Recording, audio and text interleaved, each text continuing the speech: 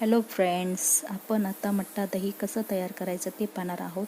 तर मी इथे पावशर दूध घेतलेलं आहे आणि ते मी एका मटक्यामध्ये टाकत आहे.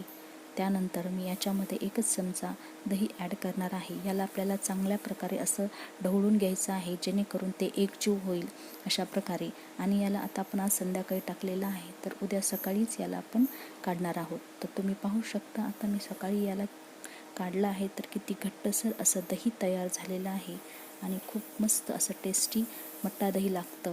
मटक्यातलं दही तुम्ही नक्की कधीतरी करून पहा. यानंतर मी एका बाउलमध्ये 2 चमचे दही घेतलेलं आहे. त्याच्यामध्ये आता मी काळं मीठ टाकणार आहे. तुम्ही तुमच्या आवडीनुसार कुठलंही टाकू शकता. याला आता आपल्याला चांगल्या प्रकारे ढवळून घ्यायचं आहे आणि एका बाउलमध्ये काढून घ्यायचं आहे. त्याच्यामध्ये जर तुम्हाला आवडत असल्यास थोडं पुदिन्याचं पानही तुम्ही त्याच्यामध्ये ॲड करू शकता.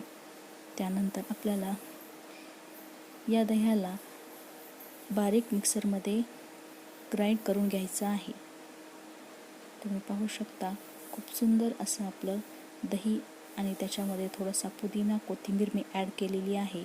आणि मी आता त्याला एका मटकामध्ये छोट्या सर्व करत आहे. तुम्ही नक्की करून पहा. उन्हाळ्याचे दिवस आहेत आणि खूप थंडगार असं पिण्याची प्रत्येकाचीच इच्छा असते. तर तुम्ही पाहू शकता, माझा 1च मटका भरलेला आहे आणि खूप टेस्टी असा, यम्मी असा झालेला आहे. तुम्हाला जर आवडलास तर तुम्ही करून पहा. माझा चॅनल आवडल्यास लाईक, शेअर, सबस्क्राईब करायला विसरू नका. धन्यवाद.